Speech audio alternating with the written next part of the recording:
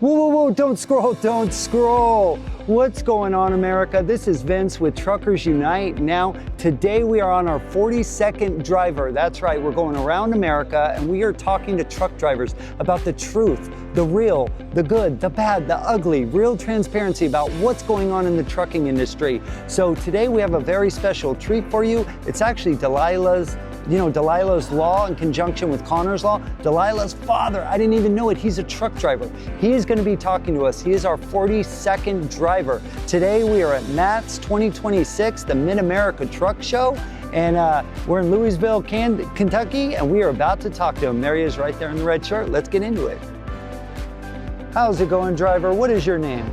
Marcus Coleman. Marcus, nice to meet you. How many years you been driving trucks? I got my license in 2017, so just under 10. Just under 10, okay. Are you owner-operator or company? I was 1099 and then I became owner-operator. Okay. What is the best thing that you love about trucking? Just the freedom, man. Just being out there on the road and just enjoying, American freedom. Just having the scenery as your what's called your office view. That's right, okay. And what if you could change it overnight and snap your fingers, what is the worst thing about trucking and what would you have changed if you had the power to do it? The worst thing about trucking is being away from your family, by far. That's the worst thing. You got, family and kids. It's bittersweet when you're leaving. You're glad to be going back to work, but it also sucks seeing the kids at the window saying goodbye to you and that truck pulling off and all this is tail lights. That's the last thing to see. That's definitely the worst thing. The thing that I can change was that? Yeah, what would you change in trucking? What would I change about trucking? Probably the relationships between carriers and brokers and drivers. I definitely add some understanding inside there and practicality. What the true expectations are and reality. Right, okay. So how do you feel about being taxed up to 4 times driving the exact same mile on our roads, being taxed up to 4 times for the same thing? How does that make you feel? I think it's ridiculous. Okay. 100%. I don't see anything that's going to come good from it. They sit there and they keep raising taxes on it. The roads keep getting worse. Right. Nothing changes, so I'm not sure where this taxation is coming from and where the money's actually going to, because it's not going to the roads. Right. And as a man, we spoke earlier, you said that you're married with 9 children. And so I'm assuming that puts a big strain on your family. It literally takes food off the table, right? Sure, yeah. You need to make, yeah. You've earned a good living for yourself. You've earned it. Okay, and how do you feel about when they come up with a new toll system in the United States and they appropriate those funds for a certain thing and then they use it for something else, or they take the money and give it to another country like Australia? How does that make you feel? It's the same as theft. Definitely be the same as theft. You're sitting there, you're paying for something, you're not getting what you put money into. Not only are you not getting what you put money into, you're getting robbed for the money to begin with. You have no choice but to pay it, and then you're not getting what they told you that was going to be used for. So yeah, it's trickery, it's robbery, it's a whole bunch of things that we teach our kids not to do. Right. Okay, and what would new drivers that are coming into the industry, what advice would you give them if you were to be talking to a brand new driver? Turn around and go the other way. Yeah, turn around and go the other way. That's about 95% of everybody's response to that question. Okay, and this is kind of a special interview because you are actually Delilah's dad.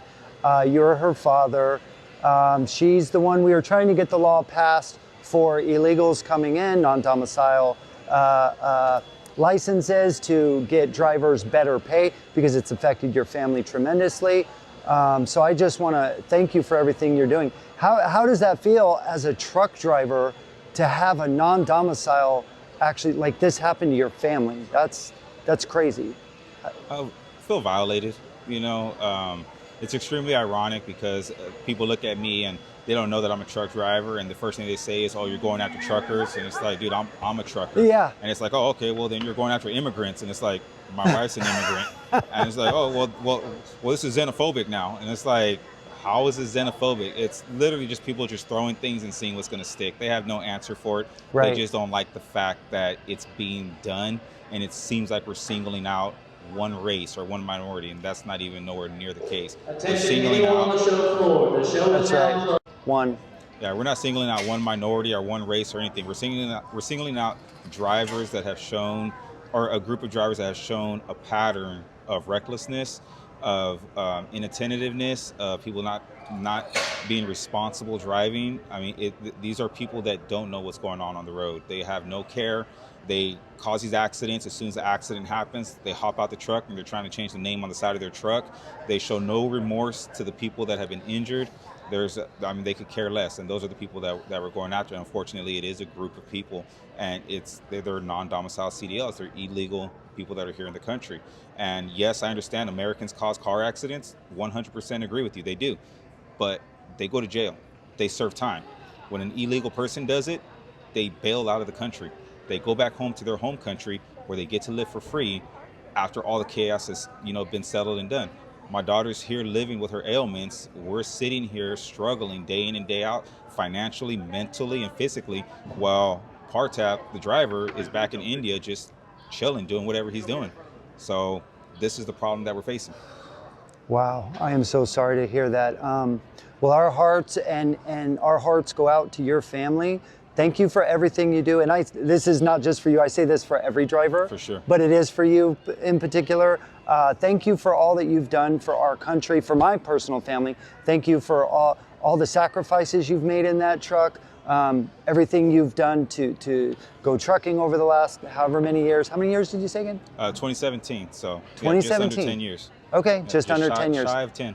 Thank you for all your hard work. Thank you for all the miles. You probably don't hear that often. So from one truck driver to another, thank you for feeding my family in Nevada while I'm feeding your family where you're from, your state. You know what I mean? God bless you, and keep the shiny side up and the dirty side down. There we go. All right. Thank you.